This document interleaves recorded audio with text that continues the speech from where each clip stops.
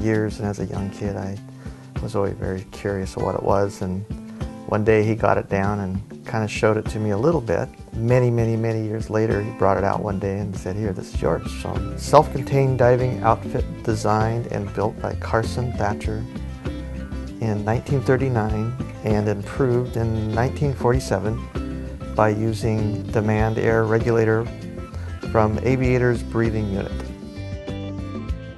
He said that he would just take a bicycle pump and he would pump up as much air as he could into the tank with a bicycle pump and then top it off with 100% oxygen. As a kid I wasn't kind of allowed to play with it because it was up on the shelf and that sort of thing, and then as an adult I knew better than to play with it, so I never really have actually tried putting it on. So it's a steel 1800 tank. The tank actually went like this, and so this is probably the regulator from the aviator's breathing unit. These hoses would have come up to the diver. It's on this side. He built a little flapper valve, and so the pressure would hold that shut, and when he breathed out it would come out through that. It went over his shoulders and has like a crotch strap, I'm assuming is what that is, coming up. Ties together, and then it has a quick release buckle. This pin pulls out. The bicycle pump somehow hooked into here, and then this was a fitting that went onto an oxygen tank. Just as a kid in the river behind his house, he just used to dive. Got me kind of interested in it. We owned a farm that was right along an old river growing up, and I would spend every possible moment with my face down looking at, you know, critters, marine critters and that sort of thing, and just was totally fascinated at what was underwater.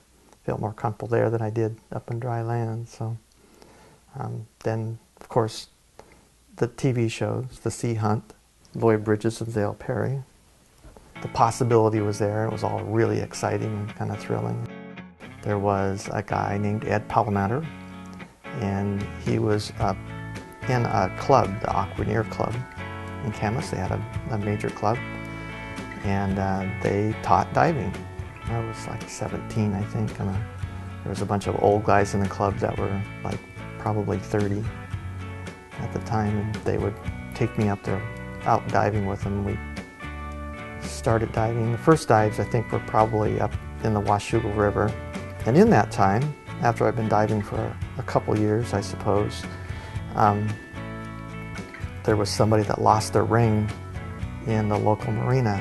One of my mentors out of the Aquaneer Club, Don Hagen at the time, Don told me how to put my weight belt up around my shoulders and how to go and do a search pattern and all this other good stuff. So I went into the murky Columbia River at the Dolphin Marina, I guess, and went down and I found this ring. I actually found the ring, and I came up and the guy gave me 70 bucks.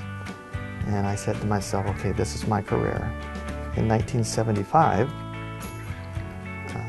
there was a young man at the time that started a dive shop up down in Vancouver at the time. It was Tom Hemphill.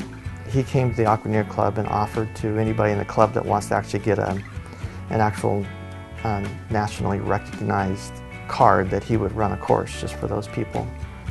And so in 1975 I ran a course with Tom and became a NAUI diver at that point.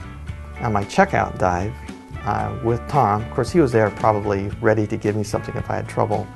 I actually did a free ascent from 100 feet, and actually I enjoyed it. He took my regulator out of my mouth, which I wasn't really expecting, and kind of stuck it behind me, and then told me to do a free ascent. And you'd be surprised, you take a kind of a breath of air and it expands as you're coming up. It's not that hard to free ascend from 100 feet. Tom had something where he was something about Old MacDonald. We're supposed to recite Old MacDonald or sing it or something as we came up or some sort of thing.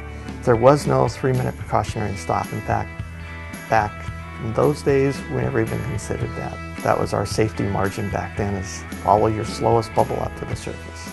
The key there was do you pick a bubble and you start following it, except as the bubble goes up, it expands and accelerates. And so the key thing that you didn't really learn, I didn't figure out till later, is that you don't follow the same bubble to the surface. You've got to change bubbles once in a while. I don't remember hearing too many people getting bent. If we did get bent a little bit, you know, a major hit you would have to take care of. But if it's kind of a minor thing, it may have just, it's hard to say how many of us actually did get bent along the way and just didn't do anything about it. My name is Chris Betcher, and I started diving in 1971, so that's about 42 years.